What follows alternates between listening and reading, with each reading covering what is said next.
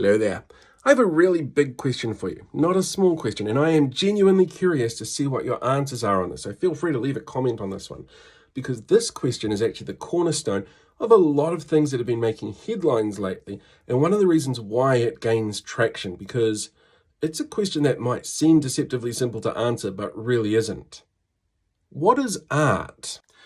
You see, defining art has been something that has not really been possible for as long as we've had art.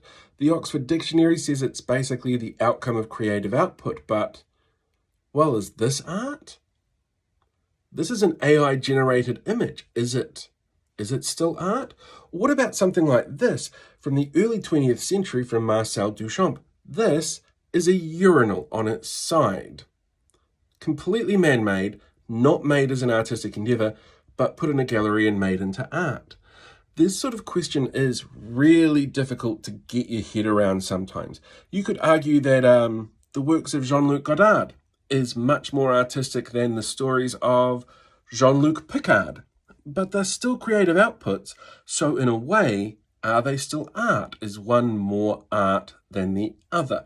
If you look at something like Shakespeare, violent and bloody and full of all sorts of weird things going on, how is that art? And then turning around and saying something like Tusiata Avia's piece about Cook isn't art. What's the line? Where do you draw the difference?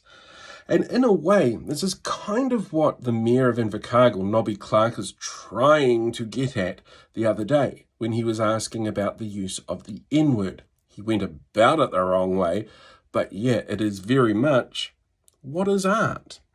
And I'd be really curious to see what sort of responses people have to this question, because there's a whole bunch of hidden stuff in different artworks, that different things that might seem more important, like why is this getting more funding than this?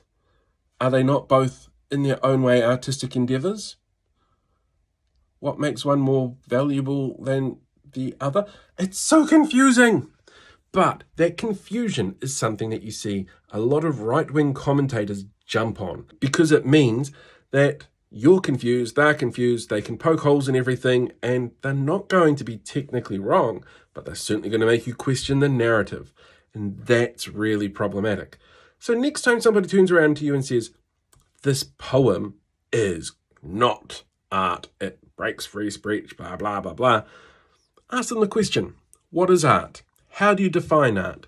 No matter what it is that they give you as an option or an example, I guarantee you there will be something else out there equally as valid that contradicts what it is that they say.